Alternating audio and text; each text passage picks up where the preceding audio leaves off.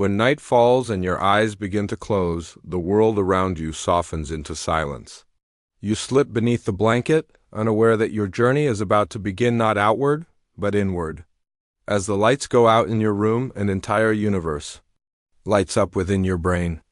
Something remarkable happens every night, something that turns rest into revelation.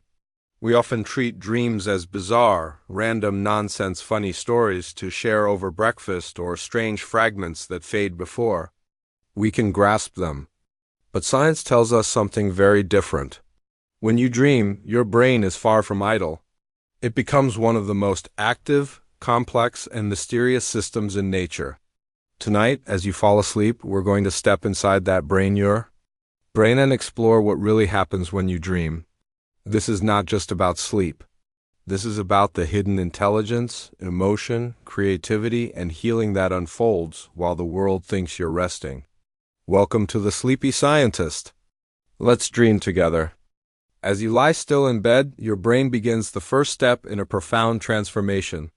You may think that sleep is a simple drop into unconsciousness, but in reality it is a journey through an intricate cycle of stages, each one with its own brainwave patterns, chemical reactions, and internal activities. The night is divided into multiple sleep cycles, each around 90 minutes long, and each of these contains several stages, from light sleep to deep sleep, and then, finally, to REM sleep. In the early minutes of slumber, your muscles relax, your heart rate slows, and your breathing deepens. You enter non-REM sleep first, where your brain starts to sweep away clutter, consolidates the memories of your day, and begins cellular repairs throughout the body. But the real show begins later, when you reach a stage of sleep that looks almost like wakefulness, at least in your brainwaves. This is REM sleep, rapid eye movement. And it's here that dreams are born. REM sleep is a phenomenon in itself. Your brain becomes intensely active during this time, almost as if you're fully awake. But there's one major difference: your body becomes essentially paralyzed. This curious design protects you from physically acting out your dreams.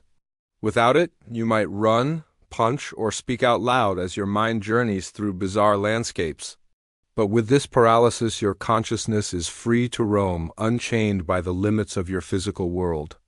This stage usually begins 90 minutes after you fall asleep and repeats every cycle, lasting longer each time. By the final REM stage of the night, it can stretch up to an hour. And during that hour, your brain engages in one of the most creative acts imaginable: the production of dreams. Entire realities are woven together using nothing but memory fragments, emotional traces, and subconscious desires. And though you may not remember most of it, your brain does this for you every single night. But why? Why does the brain dream? What is the purpose of these vivid, chaotic, sometimes beautiful mental films that play while we sleep? One leading theory is that dreams are a kind of emotional housekeeping. Throughout your waking day, your brain collects experiences, some positive, some stressful, some traumatic. While you sleep, your mind starts sorting through this emotional clutter, tagging memories for storage or disposal, and making sense of what you felt. This theory is supported by the observation that REM sleep is particularly crucial after emotionally intense events. It's as if your dreams are therapy sessions, guided by your subconscious, letting you replay and reframe your emotional world in a safe space. So, when you wake up feeling lighter, more at peace, or emotionally distant from something that previously overwhelmed you, that may have been your dream doing the work, quietly and invisibly. Another powerful idea is that dreams are simulations, your brain's way of preparing you for life. In this view, dreams create scenarios where you must navigate fear, danger, loss, or uncertainty, all without real-world risk. This evolutionary function could have helped our ancestors survive. You might dream of being chased by a predator, or failing in front of a crowd, or losing someone important. While unpleasant, these dreams serve a purpose. They train your emotional and physiological response systems. They allow you to face fear and learn how to recover from it all while safely asleep. Think of it as your brain's flight simulator. The amygdala, the brain's fear processing center, is highly active during REM sleep, which explains the emotional intensity of dreams. Meanwhile, the logic centers, especially the prefrontal cortex, go offline. This creates a playground where emotion dominates reason, and your inner world becomes the canvas for wild stories that teach, reflect, and sometimes warn. And yet, dreams are not just anxiety-filled rehearsals. They are also sites of creativity, imagination, and connection. Many of the world's most famous inventions and artistic works have roots in dreams.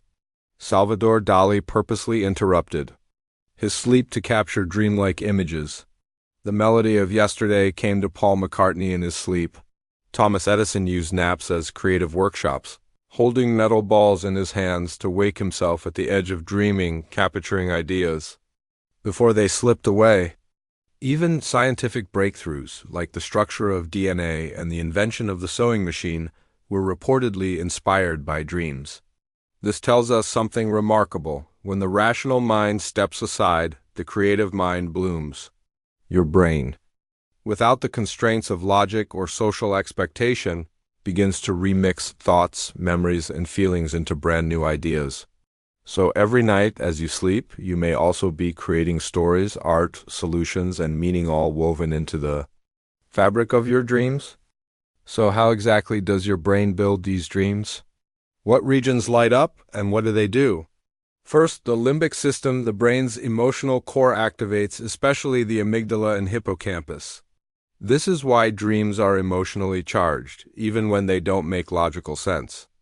The hippocampus draws on memory, sometimes pulling images from years ago, and sometimes from something you saw only once during the day.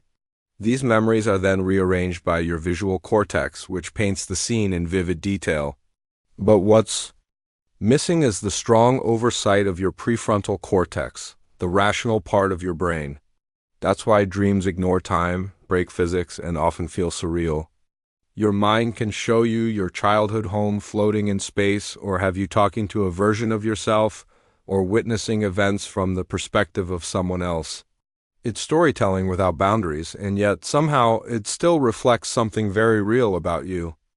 Perhaps the most mysterious aspect of dreaming is lucid dreaming, the rare and fascinating experience of becoming aware that you're dreaming while still inside the dream. Lucid dreamers can sometimes control the story, flying, changing settings, speaking to dream characters, or exploring strange environments on purpose. Scientists have confirmed lucid dreaming in sleep labs, where participants agreed to perform specific eye movements once they became lucid, movements that were then tracked by researchers in real time. Lucid dreaming doesn't happen to everyone, but it can be learned through practice. And for some, it becomes a form of inner exploration, creative expression, or even emotional healing. Imagine entering a dream, asking your subconscious a question, and watching how it responds. Some use lucid dreams to face fears, revisit lost loved ones, or explore imaginary worlds in stunning detail. Whether controlled or spontaneous, dreams offer access to a part of you that the waking world rarely sees. Across cultures and across time, dreams have held deep significance. The ancient Egyptians saw them as messages from gods. In Greek mythology, Morpheus was the god of dreams, shaping visions in people's sleep. Native American cultures view dreams as spirit journeys filled with wisdom. In modern psychology, dreams became central to the work of thinkers like Sigmund Freud and Carl Jung, who saw them as gateways to the unconscious. While Freud believed dreams were expressions of repressed desires, Jung believed they were messages from the deeper self, symbols carrying personal and universal meaning. Whether or not you believe in dream interpretation, it's hard to deny that some dreams feel profound. A dream may leave you shaken, inspired, or full of emotion long after. Waking, some dreams revisit you across the years. Some feel like they're trying to tell you something, and maybe, just maybe, they are. One lingering question remains. If dreams are so powerful, why do we forget them? Neuroscience gives us clues. During REM sleep, the brain lacks the chemicals needed to properly encode memories. Unlike waking experiences that are processed and stored, dreams often vanish within minutes unless you wake up during the dream itself. Still, traces of dreams linger. They affect mood, perception, and creativity. A forgotten dream may inspire a sudden insight. A strange emotion may stem from something you experienced in your sleep. This means that even unremembered dreams are not meaningless. They are part of your emotional landscape, your nightly therapy, your private theater working quietly to shape the person you are becoming. So, what can you do to better understand your dreams? First, value your sleep. Get enough of it. Most REM sleep and the longest dreams happen in the final hours before waking. Set a consistent sleep schedule. Avoid screens before bed. Allow your mind the peace it needs to work its magic. Keep a dream journal nearby and write down anything you remember as soon as you wake. Even a word, a feeling, or an image can open the door to deeper recall. Over time, you'll start to see patterns, recurring places, themes, or people. These patterns are windows into your inner world. You can also set intentions before sleep. Ask your mind a question, focus on an idea, or visualize a peaceful setting. This practice is called dream incubation, and it can guide your brain towards certain types of dreams. The more attention you give your dreams, the more they'll speak to you. And now, as we near the end of this journey, here is the most beautiful thought of all. Your dreams are yours alone. No one else will ever see them, feel them, or walk through their landscapes. They are private works of art created every night by the deepest part of your mind. They are reflections, rehearsals, stories, and sometimes even revelations. They help you heal. They help you grow. They connect you to your past, your future, and the timeless space in between. So, tonight, as you lay your head to rest, remember, you are not just falling asleep. You are stepping into a world that no one else can enter. And within that world, anything is possible. This is what happens inside your brain when you dream.